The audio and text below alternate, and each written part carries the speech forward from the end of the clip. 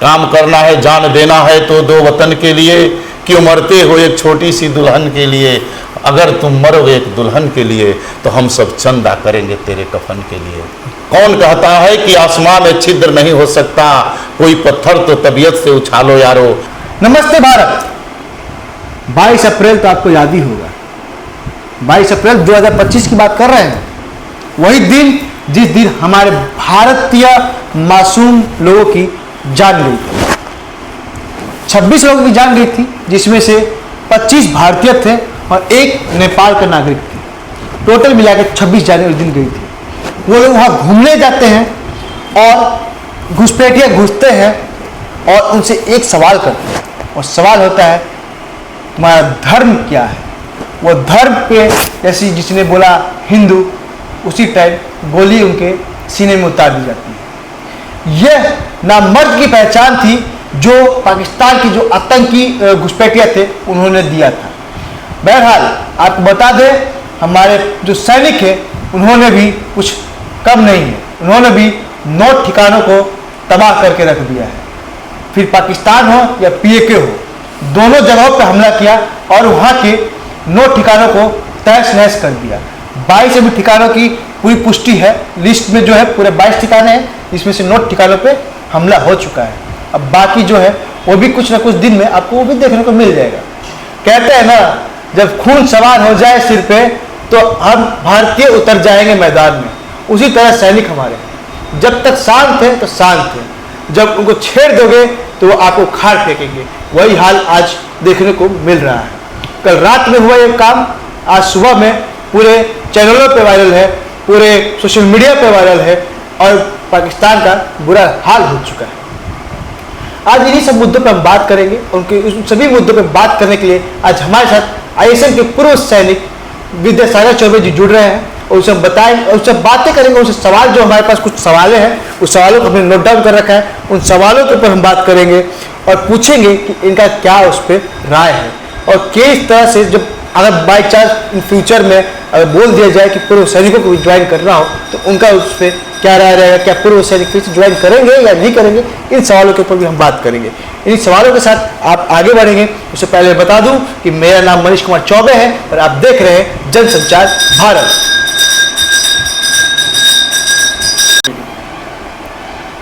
तो चलिए आपको सीधा हम उनसे बात करेंगे और उनसे बात करते हुए आपको बताएंगे क्या उनकी राय है और क्या उनका कहना है। धन्यवाद सर, आपने अभी सुना होगा कि हमला हुआ है, 9 ठिकाने उजाड़ दिए गए हैं, क्या कहेंगे इस पर? सर्वप्रथम तो मैं आपके चैनल को और आपको स्पेशली धन्यवाद देता हूं ISM बक्सर की तरफ से, और मैं धन्यवाद देता हूं अपने देश के यशस्वी प्रधानमंत्री माननीय नरेंद्र मोदी साहब को, अपने CDS साहब को और तीनों सेना के अध्यक्ष को मैं बहुत बहुत धन्यवाद देता हूं कि जिस घड़ी का इंतज़ार आज पूरे भारतवासी कर रहे थे। क्योंकि जो 22 अप्रैल का जो निर्मम हत्या इतनी निंदनीय हुआ है कि आज पूरा विश्व उसका निंदा कर रहा है। कारण कि ऐसे मासूम बच्चे थे जिन्होंने अपनी खुशियां मनाने के लिए, जिनका ज़िंदगी अभी शुरू हुआ था, जिन्होंने अभी शादी किए थे अपने पत्नी के साथ, अपने माँ बाप के साथ, अपने परिवार के साथ, जिस खुशी का इजहार करने के लिए वो कश्मीर की वादियों में गए थे और जो खुशहाल ज़िंदगी वो व्यतीत कर रहे थे, उस तरह से अचानक दुर्दांत आतंकवादियों के द्वारा जो पाकिस्तान के सेना के आदेश के ऊपर जिन्होंने इस तरह की निर्मम हत्या की है, उसका हम बक्सर की धरती से कड़ी निंदा करते हैं। और मैं मोदी जी को स्पेशल धन्यवाद देता हूं कि आज जिन मासूम परिवार जिनके घर में इस तरह का हादसा हुआ था, जो आंसुओं में भीगे हुए थे और आज पूरा देश अपने गमों में डूबा हुआ था, जिस बदले की आग के लिए मोदी जी का इंतजार हो रहा था, वो घड़ी आ चुकी है। और जो 13वीं मनाते हैं हमारे हिंदू धर्म में कि 13वीं है, तो 13वीं के दिन उन्होंने उस परिवार को और भारत को ये उपहार के रूप में दिया है कि आपकी 13वीं के दिन जो उन्होंने मिशन सिंदूर चुना है, इसके लिए भी मैं स्पेशल धन्यवाद देता हूँ, क्योंकि सिंदूर हमारे अधर्म के ऊपर धर्म का विजय है। देखिए, प्रधानमंत्री के द्वारा जो ऑपरेशन सिंदूर का नाम चयनित हुआ, क्या लगता है कि ये जो संकल्प का प्रतीक बताया जा रहा है, खासकर पहलगाम हमले में जो विधवा हुई महिलाएं हैं उनके लिए बोला गया है। साथ में इस नाम को सैनिक के जो सैनिक हैं उनमें भी कुछ हताश हुए थे, उनको लेके ये नाम चयनित किया गया। तो क्या लगता है इस नाम में क्या क्या दम है, क्या मतलब लगता है कि ये एक भावुक पल है जो एक सैनिक के परिवार को और जो मासूम लोगों की जान गई है वो एक भारतीय लोगों को जोड़ेगा उस चीज़ से? देखिए, जो इन्होंने मिशन सिंदूर दिया है, इसको अगर हम गहराई तक चलते हैं तो ये इतना दर्दनाक मिशन है जो हमारी भारत हिंदू धर्म की नारियाँ जो एक अपने मांग में जो सिंदूर का प्रतीक को दर्शाती है कि वो पति भक्त हैं, लेकिन इस मिशन में उनके मांग का सिंदूर को उजाड़ दिया गया। आज मोदी जी ने उन्हीं का जो उपहार दिया और भारतवासियों को उपहार दिया कि जो हमारा मिशन सिंदूर है, जो अधर्म के ऊपर धर्म का प्रतीक है, उन्होंने एक संदेश दिया कि जिस तरह से आपने धर्म का नाम लेकर के जो प्रहार किया है कि आप हिंदू हैं तो गोली खाइए, आज उसी का जवाब उन्होंने कड़ा जवाब दिया है कि कभी भी हमारे हिंदू धर्म को ललकारने की कोशिश नहीं करना, नहीं तो ऐसे मुंहतोड़ जवाब दिया जाएगा कि आप सपने में भी नहीं सोचोगे कि भारत के साथ पंगा लेने का क्या मतलब होता है। देखिए 1971 में युद्ध हुआ था पहली बार, जिसमें तीनों सेनाओं का बल दिखा था, जी, जिसको त्रिसेवा कहा गया था। जी, आज फिर से वो बल दिख रहा है, आज फिर से वही सेनाएं दिख रही हैं मैदान में। जी, जी, क्या क्षण है ये, मतलब देखिए आप भी उस टाइम, हमको लगा कि आप उस टाइम हुए थे कि नहीं थे, हमको नहीं पता। देखिए, हम लोग उस टाइम तो नहीं थे, लेकिन हम लोग एक सैनिक है। सैनिक को भी ये इतिहास दोहराया जाता है कि हमारे जो 71 की लड़ाई हुई, 62 की लड़ाई हुई, हमारे सेना किस तरह से मुंहतोड़ जवाब दिया था। उस टाइम हमारा तकनीकी उतना आगे नहीं बढ़ा था, फिर भी पाकिस्तान के 90,000 सैनिकों को बंदी बना लिया गया था। मैं उन सैनिकों को भी धन्यवाद देता हूं जो आज हमारे बीच में नहीं है। बहुत से हमारे सैनिक रिटायर्ड सैनिक हैं जो 71 और 62 की जंग लड़ा हुआ है, आज जो भी है उनको भी स्पेशल धन्यवाद देता हूं। जो शहीद हुए हैं उन सैनिकों को भी और उस सैनिक परिवार को भी मैं श्रद्धांजलि अर्पित करता हूं जिन्होंने उस टाइम देश के लिए बलिदान दिया था और एक मिसाल पेश किया था कि उस 1971 की लड़ाई में भी हम लोगों ने पाकिस्तान पर कड़ा प्रहार किया था और उसके 90,000 सैनिकों को बंदी बना लिया गया था। देखिए अभी हमला हुआ और अमित शाह बैठक बैठाते हैं जिसमें 9 राज्यों के सीएम आते हैं, और उसके बाद क्या लगता है कि अभी आगे इसको कितने दिन तक और चलाया जाएगा और कब तक पूरे आतंकवाद को समाप्त करने का चांस हो सकता है? देखिए, भारतीय सेना अपना काम करती है, जो गोपनीय होता है वो हम लोग मानस पटल पर पहले दर्शाते नहीं हैं। राजनीतिक लोग अपने ढंग से डील करते हैं, लेकिन पूरे भारतवासी भी आक्रोश में बोल देते हैं कि आज ही घटना घटी और आज ही बदला ले दिया जाए। ऐसा नहीं है, इसमें हमारा जो सैनिक भी काफ़ी लॉस हो सकते थे, हमारे भारत के नागरिक भी लॉस हो सकते थे, लेकिन आज जिस तरह से हम लोगों ने तैयारी की है इस पर हम लोग चैलेंज करते हैं कि लड़ाई कितनी भी बड़ी हो, आज पूरा विश्व देख रहा है भारत की लड़ाई, तो इस पर हम लोग इस मिशन में बिल्कुल कामयाब हो गए, कामयाब होकर दिखाया भी है। और आज जिस तरह से हमारे भारतीय सेना ने या हमारे भारत के प्रधानमंत्री जी है या पूरा देशवासी कभी भी भारत अटैक करना नहीं चाहता है, लेकिन जो अटैक करता है उसको छोड़ता नहीं है। पाकिस्तान को बहुत बार समझाया गया, कई तरह के मिसाल दिए गए, जैसे उड़ी सेक्टर पर हुआ जिसके अंदर घुस करके हम लोगों ने एक वार्निंग दिया था कि अब भी सुधर जाओ, लेकिन वो ऐसा क्रूर देश है जो कितना भी समझाइए, आज पूरा विश्व भी तबाह है आतंकवादियों से। वो समझने वाला नहीं है, मानने वाला नहीं है कि हमारे यहाँ आतंकवादी कैंप चलते हैं, कारण कि उसके सैनिक भी आतंकवादियों के गुलाम हो चुके हैं, उसकी जनता भी आतंकवादियों के गुलाम हो चुके हैं, और वहाँ पर पाकिस्तान में केवल सैनिकों का काम चलता है और आज वो लोग भी आतंकवादियों के चंगुल में फंसे हुए।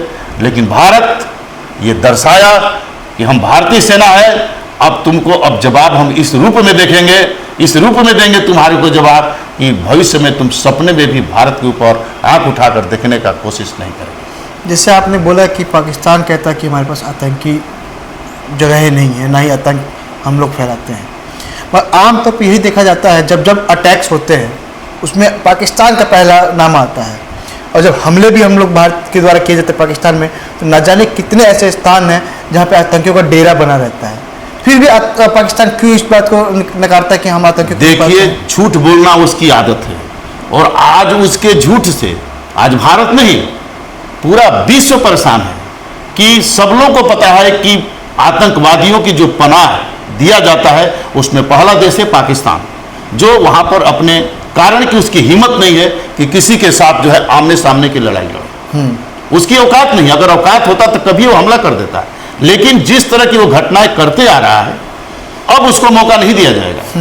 अब तो हमें तो ऐसा लग रहा है कि अभी भी अगर उसने आगे कदम बढ़ाया तो पाकिस्तान का नामो निशान भारत के नक्शे से, विश्व के नक्शे से मिट जाएगा। पाकिस्तान पूरा खत्म, बिल्कुल खत्म। जिस तरह से वो गिद्दड़ भभकी दे रहा है कि हम परमाणु बम छोड़ देंगे, तो आज उसकी क्या लगता है कि इनके पास परमाणु बम है? बिल्कुल है, मैं मानता हूं कि है, लेकिन उसकी छोड़ने की हिम्मत नहीं है। अगर छोड़ेगा तो भारत के किसी भी एक शहर को बर्बाद कर सकता है, लेकिन उसकी प्रतिक्रिया में अगर भारत ने एक परमाणु बम छोड़ा तो पाकिस्तान के अंदर एक आदमी भी बचने का नाम नहीं है, एक आदमी नहीं बच सकता है। वो तो ऐसे ही मर रहा है, क्योंकि देखिए प्रधानमंत्री मोदी ने सबसे पहला काम किया, पानी बंद कर दिया, सिंधु बॉर्डर जैसे बंद किया, पानी के बहाव तो पूरा बंद हो चुका है। उसके बाद वहाँ के लोग पानी के लिए तरस रहे हैं, पहले खाने के लिए तरस रहे थे, पानी के लिए तरस रहे हैं, और अब ये हमला, तो लगता है कि पाकिस्तान आगे कुछ कदम उठा सकता है? बिल्कुल उठा तो नहीं सकता है। हाँ, अगर दबाव में भी, अपनी जनता के दबाव में, किसी और गलत लोग के समर्थन में, गलत देश के समर्थन में अगर वो आगे कदम बढ़ाएगा तो जो भी देश आज उसको समर्थन दे रहा है वो उसको बर्बाद करने के ऊपर ही तुला हुआ है। और कारण कि आज हमारे साथ तो अंतर्राष्ट्रीय लेवल बात करें तो चाइना को सपोर्ट कर रहा था।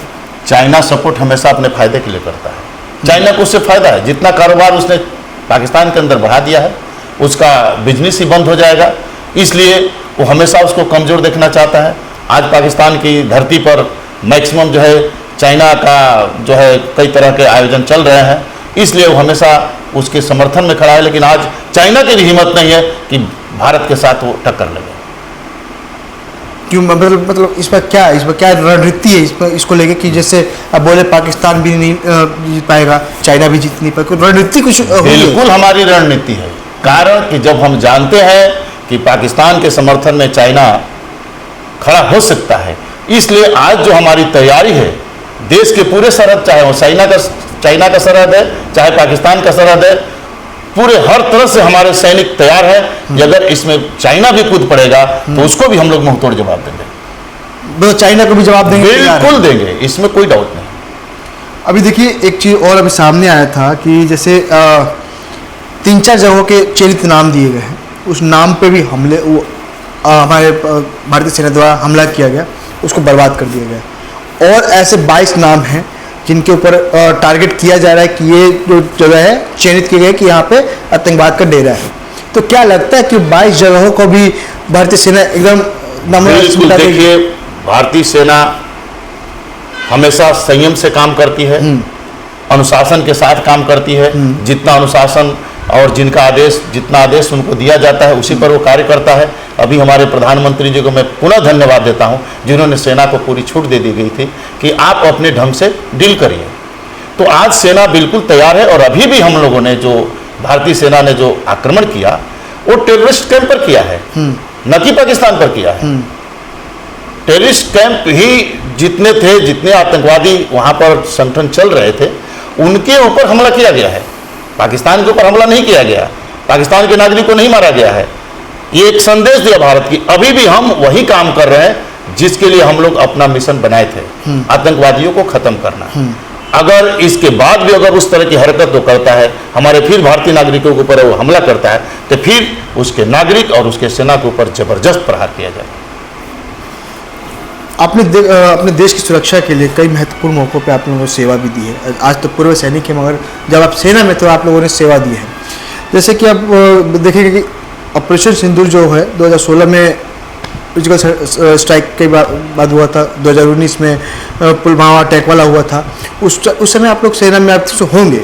तो ऐसे टाइम में जब आप लोग सेवा जब दे रहे थे और आज पूर्व सैनिक होने के बाद हमारे जो भारतीय सेना भी सेवा दे रहे हैं, क्या लगता है कि उस टाइम के में और आप में कोई फ़र्क है या अभी डेवलपमेंट का जो टाइम है? बहुत बड़ा डेवलपमेंट है। और देखिए हम लोग भारतीय सैनिक हैं, हमको जो प्रशिक्षण दिया जाता है वो इसी से, लड़ाइयों से ही संपर्क में दिया जाता है कि जितनी हमारी देश में सैनिकों के द्वारा लड़ाइयाँ लड़ी गई है उसका इतिहास बताया जाता है।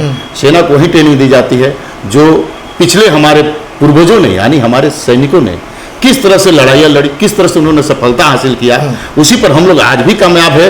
और हमारे सैनिकों के अंदर रग रग में देश प्रेम का नशा है। मैं आपके सामने ये वादा करता हूं कि अभी भी हमें आदेश दिया जाएगा कि आपको जंग के लिए पूरे पूर्व सैनिक या आपको चलना है। आज मेरे 2 बेटे भी सेना में हैं। मैं आपको भी वादा करता हूं और मेरी आवाज़ इस भारत के जिस कोने में जा रही है, मैं वादा करता हूं कि अभी भी मेरे पास एक भी फोन आएगा जंग लड़ने के लिए तो मैं अपने परिवार को भी छोड़ दूंगा और मैं सीधे सरहद पर जाऊंगा। ये मेरा वचन है। और ये मेरा वचन नहीं है, यही सिखलाई भारत के हर रिटायर्ड सैनिकों को दी जाती है कि हम रिटायर्ड तो जरूर हुए हैं लेकिन देश प्रेम से हमारा रिटायर नहीं है। पहले हमारा देश, इसके बाद हमारा परिवार। हम 25 लाख पूर्व सैनिकों के लिए भी मैं वादा करता हूं कि हमारे पूरे भारत के 25 लाख पूर्व सैनिक सरहद पर जंग लड़ने के लिए हम लोग तैयार हैं। किसी भी समय बुला दिया जाए, किसी भी वक्त समय बुला दिया जाए, कोई समय का पाबंद नहीं है। देखिए हमारा नारा है any mission, any times, anywhere. Anywhere we are ready. देश के किसी भी कोने में किसी भी समय किसी के द्वारा अगर हमला किया जाएगा तो हम लोग भारतीय सैनिक, चाहे वो कार्यरत सैनिक है और चाहे जो हम लोग रिटायर्ड सैनिक है, हमारी एक ही आवाज़ है, हम लोग एक। और साथ ही साथ पूरे भारतवासियों को भी मैं धन्यवाद देता हूं जो इस घड़ी में 140 करोड़ हिंदुस्तानी एक आवाज़ में खड़े हैं, चाहे वो हमारे हिंदू हो चाहे मुस्लिम है, जो भी है। मैं मुस्लिम भाइयों को भी धन्यवाद देता हूं क्योंकि वहां पर जो 26 जाने गई है उसमें हमारा एक मुस्लिम भी उन आतंकवादियों से अपने लोगों को बचाते बचाते शहीद हुआ है। मैं इसलिए उस व्यक्ति को और उस परिवार को भी धन्यवाद देता हूं, कारण कि देश जब विपत्ति काल से गुजरता है तो एक हो जाता है। आज हमारे हिंदू और मुस्लिम सब लोग हम लोग एक है और आज 140 करोड़ हिंदू और मुस्लिम मिलकर के आवाज दे रहे हैं कि इस बार पाकिस्तान को सबक सिखाना है। तो आप देख रहे हैं यहाँ से सीधा संदेश दिया जा रहा है। पाकिस्तान को अभी भी समझ जाना चाहिए कि पूर्व सैनिक के जो संदेश हैं वो ये संदेश कहीं और नहीं मिलेंगे। फिर चाहे आप इजराइल की बात करें या आप चाइना की बात करें, चाइना भी आपको नहीं मिलेगा कि भारतीय के पूर्व सैनिक जो है वो तैयार है अभी भी लड़ने के लिए। देखिए आप आगे बढ़ते हुए मैं आपसे एक सवाल और करूँगा कि पहलगाम हमले में 26 परिवारों को तोड़ दिया, आप इस बात को तो मानते हैं। 25 भारतीय और एक नेपाली नागरिक थे उसमें, जिसमें 25 जो लोग थे भारतीय के थे और एक नेपाल के थे। ऐसे में एक सैनिक के तौर पर जिन्हें देश की लड़ाई के लिए लड़ाई लड़ी जाती है, आप उन परिवारों के लिए क्या संदेश देंगे? क्योंकि ये आप लोग वहाँ पे बॉर्डर पे रहते हैं, आप लोग देखते हैं कि वहाँ के जो हालात हैं वो कैसे होते हैं, तो ऐसे में उन परिवारों को क्या संदेश देंगे जिन्होंने अपना घर। बिल्कुल बिल्कुल, जितनी देखिए उसमें हमारे 3 सेना के अधिकारी भी शहीद हुए थे और जितने 26 लोग हैं, 25 भारतीय और एक हमारे नेपाली हैं, मैं उन सबको अपनी भारतीय सेना के तरफ से भावभीनी श्रद्धांजलि अर्पित करता हूँ। और देखिए जो भी हादसा हुआ ये तो होनी है, होकर रहता है, लेकिन उन मासूम परिवार को मैं ईश्वर से प्रार्थना करता हूँ कि उन्हें शक्ति प्रदान करे और आज वो भी गम के साथ बहुत बड़ी खुशी मना रहे हैं कि हमारे जितने भी परिवार के लोग शहीद हुए वहाँ पर पहलगाम में, उनका बदला हमारे भारत के सैनिकों ने और हमारे भारत के प्रधानमंत्री जी ने जिस ढंग से लिया है, आज उनको भी सुकून मिल रहा होगा कि आज उनकी ठीक 13वीं है। 13वीं के दिन भी इन्होंने एक अच्छा संदेश दिया है हमारे प्रधानमंत्री जी ने कि पहले उनको सुकून मिला, भारत को सुकून मिला और पाकिस्तान को एक करारा जवाब मिला है कि अभी भी तुम बाज नहीं आओगे तो और पाकिस्तानियों को तुम बर्बाद करने पर तुले हो। अभी भी मौका है कि तुम संभल जाओ, अन्यथा एक कदम भी इस बार आगे बढ़ोगे तो वहाँ पर पूरा पाकिस्तान बर्बाद होने की घड़ी में आ चुका है। अभी जो हमला हुआ है उसका रिपोर्ट जारी किया गया, जिसमें अमेरिका, ब्रिटेन और रूस को ये रिपोर्ट दिया गया है कि हम लोगों ने ऐसा काम किया। अटैक जो अभी अटैक तबाही हुआ है वो बताया, जो 22 लिस्टें है उसके बारे में बताई जा रही है। तो ऐसे में सेना का जो दृष्टिकोण होता है, आतंकवाद के खिलाफ भारत को संकल्प दुनिया को बताना कितना जरूरी है। और आप ऑपरेशन सिंदूर वैश्विक स्तर पर क्या संदेश देना चाहेंगे? क्योंकि ऑपरेशन सिंदूर का जो नाम हुआ, उसका नामकरण जिस तरह से हुआ, जिस तरह से रिपोर्टें जारी की गई, इसको लेकर आपका क्या संदेश रहेगा पूरे भारतवर्ष के लिए और पूरे विश्व के लिए? देखिए भारतवर्ष संयम के साथ काम करता है, ये सबको आगाह कर चुका था कि हम जो है अब हमारे बर्दाश्त से बाहर हो चुका है, हम आतंकवादियों का सामना जरूर करेंगे। और आज पूरा देश जो है, सभी विश्व स्तर पर भी मैक्सिमम लोग भारत के साथ खड़े हैं, क्योंकि ये सबको आगाह कर चुका था। और आज सब लोग बोल रहे हैं कि जो कार्रवाई हुई है वो बहुत सही कार्रवाई हुई, क्योंकि आतंकवाद से भारतवर्ष नहीं पूरा विश्व तबाह है। और सबको पता है कि इनका जड़ पाकिस्तान के अंदर ही है, और पाकिस्तान एक अनुशासनहीन देश है, जो किसी के उसके नागरिक भूखे मर रहे हैं उसको पता है। तो प्रधानमंत्री वहां पे कैद हो गया है, कैद होना है। आप तो बोले भूखे मर रहे, प्रधानमंत्री जो पहले पिछले थे एक्स प्रधानमंत्री वो कैद हो गए हैं, उनके साथ बदतमीजियां हो रही हैं। मैं वही बोल रहा हूँ कि हमेशा वहाँ की सेना जो है वहाँ की जनता के ऊपर हावी होती है, हमेशा वहाँ सैनिकों का बोलबाला चलता है, और सैनिक भी जो है आज आतंकवादियों के चंगुल में फंसे हुए हैं पूरे। क्या आपको ये लगता है कि सैनिक आतंकवादी के चंगुल में फंसे हैं या सैनिक खुद आतंकवाद को पैदा कर रहे हैं? देखिए, जो भी लोग नौकरी करता है वो चाहते भी नहीं है, लेकिन जिस तरह से सेना उनको प्रशिक्षण दे रही है, प्रशिक्षण छुपकर हमला वही करता है जिसको सामने से वार करने की औकात नहीं है। और आज वही पाकिस्तान बहुत दिनों से करते आ रहे, जब से देश हमारा आज़ाद हुआ है वो खुलकर लड़ने का अब उसको हिम्मत नहीं है, लेकिन इसमें वो अपने आप को बर्बाद करना चाहता है, क्योंकि जब गलत काम करोगे तो तुम्हारा साथ देने वाला कोई नहीं मिलेगा। आज वही पाकिस्तान की हालत है। और आज हम लोग जो हमारी सेना ने कार्रवाई किया है, अभी टेररिस्ट कैंप पर किया है, इसके बाद भी अगर थोड़ा भी वो फिर कोई गलत हरकत करता है तो खुद की वो बर्बादी करेगा, उसके जिम्मेवार वही होगा। उसके जिम्मेवार पाकिस्तान खुद होगा, पाकिस्तान के प्रधानमंत्री खुद हो गए कि अभी भी उनको सुधरने का मौका है, लेकिन अब उसका कोई भी कैंप पाकिस्तान में बचेगा नहीं, न कोई आतंकवादी बचेगा। ठीक, देखिए अभी रक्षा मंत्रालय ने कहा कि ये केंद्रित, संतुलित और गैर आक्रामक थे जो हमला हुआ है। उसके बाद उन्होंने कहा कि जिसमें पाकिस्तानी सैन्य ठिकानों को निशाना नहीं बनाया गया, जो पाकिस्तान जहाँ पे सैनिक जो रहे थे उनको ठिकाने नहीं बनाए, केवल आतंकवादी का जहाँ पे पतन हो रहा है, जहाँ से आतंकवाद उठ रहा है, उन जगहों को ठिकाने बनाया है। तो इतनी सटीक मिसाइल उन जगहों पे छोड़ना कितना, मतलब आप लोग को लगता है कि मुश्किल काम है? क्योंकि आप किसी भी क्षेत्र में आप परमाणु छोड़ते हैं तो ऐसे जगहों पे होता है ना नियंत्रण बना के काम करना, तो ऐसे में कैसे लगता है कि आप लोग कितना मुश्किल लगता है ये काम? देखिए, भारतीय सेना के लिए मुश्किल शब्द उसके डायरी में नहीं है। अच्छा, क्योंकि हम लोग मुश्किल शब्द अपने डायरी में रखते ही नहीं। सेना के लिए मुश्किल नहीं है, मुश्किल दूसरे के नज़र में जरूर लगता है कि कैसे किया। मैं इसके लिए हमारे इंटेलिजेंस ब्यूरो है भारत की, उसको भी मैं धन्यवाद देता हूँ कि जिस तरह से उन्होंने गोपनीयता रखी, जिस तरह का अपना जो है इन्फॉर्मेशन हमारे भारतीय सेना को दिया, और हमारे भारतीय सैनिकों में जितने भी अधिकारी हैं, जितने भी लोग इनमें भाग लिए हैं और जो आज इंतजार में खड़े हैं कि अब क्या होने वाला है, मैं उन सभी को धन्यवाद देता हूं।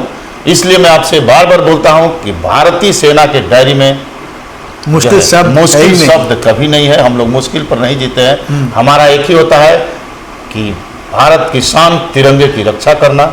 और एक चीज़ और हम बोलना चाहते हैं कि भारतीय सेना का एक ही नारा है कि हम दुश्मन के छाती पर तिरंगा गाड़ कर आएंगे, अन्यथा तिरंगे में लिपट कर आएंगे। इसी मिशन पर हमारी तीनों सेनाएं काम करती है और इसीलिए हम लोग को हमेशा सफलता मिलता है। एज ए पूर्व सैनिक के तौर पर ऑपरेशन सिंदूर जैसे सफल अभियान को देखकर आपको सबसे ज़्यादा गौरव किस बात का हो रहा है, और देशवासियों के लिए, सशस्त्र बलों के लिए और भूमिका जो निभा रहे हैं इसके अंदर, उन भारत के सुरक्षित जो युवा इसमें भाग लिए हैं, उनके लिए आप क्या संदेश देंगे?